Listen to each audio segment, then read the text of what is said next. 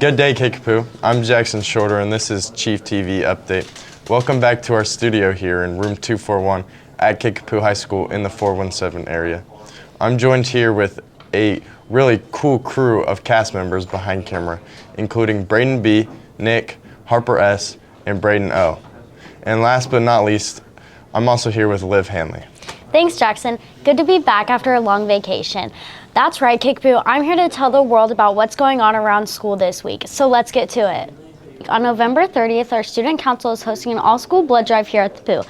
Be 16 or older, be in healthy shape, and sign up to donate blood on November 30th during school at lunch this week. In other news, the Cox Care Mobile will be at KHS on Wednesday, December 6th, administering immunizations and sports physicals. If you plan to play a spring sport, this is a great opportunity to get your physical done. Go to kickapoochiefs.org to sign up. Well, it's officially Christmas time, and Chiefs are giving back. The students in a functional skills class need your help. There will be a toy drive November 27th through December 6th, 18th. All donated toys will be divided between the CASA, a group that cares for divisional children in court cases, and Ronald McDonald House for the holiday season. Please drop off toys in room 124 or during lunch at the toy drive table. So Jackson, it's getting cold out there. We'll probably have some snow soon. Do you know what a snowman's favorite breakfast is? No, I do not. What? Frosted Flakes, of course. Great dad joke. Don't you have a driveway to shovel? And now, Kickapoo, I've got some national headlines. First up, for news around us, Glendale High School administrators received a tip that a student was in possession of a weapon at school just before the Thanksgiving break on Thursday. School police and administrators responded immediately to the tip and removed the student in question from the classroom. They secured a small handgun at approximately 2:30 p.m. The weapon was loaded, but surprisingly, the student cooperated with the staff. He was immediately put into police custody. Appropriate disciplinary procedures will be taken against the student. School officials thank the individual who provided the tip, and so does every student who attends Glendale High School. In Springfield news, police are investigating the vandalism at the mayor's Christmas tree at Park Central Square in Springfield. Police say the vandals damaged the tree on Thursday morning. Surveillance cameras caught the individual taking off bulbs and breaking them. I don't know about you, Kickapoo, but those look like some high school students. Let this be a lesson. There are cameras everywhere. And now, let's hear from Mr. Baker about some amazing technological advancements. Braden. Hey Kickapoo, Braden at the ready, let's talk tech. Smartwatches are now part of many people's daily outfits, and for almost a decade now, intelligent watches that interact with the owner have evolved in usefulness and in turn have grown into billion-dollar industries. While the Apple Watch, released in 2015, has dominated the headlines of wrists of many Americans, a new choice of wearable technology is making enthusiasts think twice about signing up with a company from Cupertino. The Garmin Fenix 7 is a watch made for athletes and outdoor lovers and handles things very differently than the average Apple Watch. For starters, let's talk battery life. Your Apple Watch is going to need to charge at least every other day. With the Fenix 7, you'll be able to get up to 18 days while indoor and up to 22 days with solar charging in 3 hours of direct sunlight. Awesome. GPS tracking is top-notch with the watch, as well as its scratch-resistant sapphire glass lens. This watch is a real deal. Yes, it works with your phone, and yes, it can play music and works with Bluetooth. So it's just as useful as the main rival. Considering investing in the Garmin Fenix 7 for your next watch investment, it might just be the upgrade you need in 2024. Now back to you guys in the studio.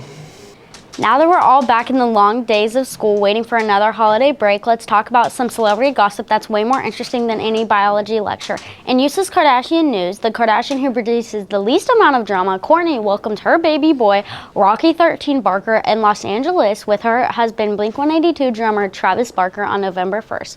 Though the couple were hoping for a Halloween birth, the child finally delivered 1 minute after the holiday, proving he's quite the contender. All terrible Rocky jokes aside, we all look forward to seeing how this child lives life better than we could ever imagine. In other pop culture news, Chuck E. Cheese restaurants all across country are removing animatronic animals that perform in all of their restaurants except for one location near Los Angeles. The company says the rising maintenance costs are the reasons for removing animatronics shows that made Chuck E. Cheese so famous in the 80s and 90s.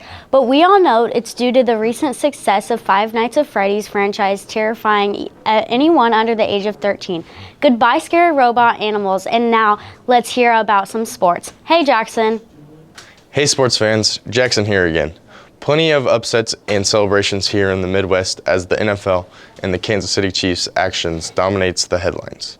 The Chiefs lost to the Eagles 21-17 on November 20th and sent Chiefs fans into shock last week, worried a Super Bowl bid could be out of reach. Then, on the 28th of November, they pulled out a victory against the Raiders with a final score of 31-17, after being down by 14 in the first half. Way to go, Chiefs. Will they make it to the big game this year? Only time will tell. In other NFL news, gymnast Simone Biles is making headlines in celebration of her husband's first NFL touchdown.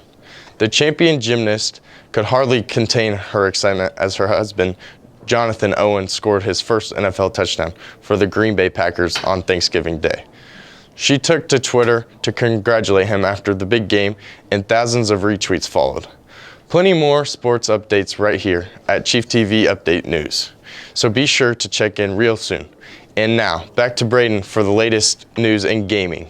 Hey Pooh Crew, Braden again. Nintendo recently filed a patent for a handheld device with a design that might surprise you. The patent reveals a handheld that looks a lot like what you might expect from the upcoming Switch 2, and more like the 3DS if it had a third screen. The patent shows schematics for a dual screen device that can operate like a 3DS, which flips open to reveal two playable screens, one joined with that extra exterior touchscreen that even works when the device is shut. The handheld can also be split into two separate devices. Nintendo submitted the patent application for the handheld device about a year ago without anyone else noticing. So, who knows? Maybe we'll all be able to play video games on the go with two separate screens. Speaking of Nintendo news, when you think of Nintendo, you tend to think family-friendly gaming. The word adult doesn't likely come up. Well, think again. The company is adding a new 18+ app to its subscription service, Nintendo Switch Online. Although it's only in Japan, what sexy games will grace the adult-only Nintendo store? Two games, in fact, the 1997 spy shooter GoldenEye 007 and 1999 space shooter Jet Force Gemini. What a huge letdown, am I right? Well, while the two games are rated T for teen here in the US, over in Japan the shooters carry a Z rating. Therefore, to play these steamy games within the restrictive country, they need a separate store. Whatever. For gaming and online culture news, I'm Braden Baker signing off, and on behalf of the entire ChiefTV Update News crew, Braden Olson, Harper Schmitz, Nick Thompson, Jackson Shorter, Liv Handley, thank you for watching. We're out of here.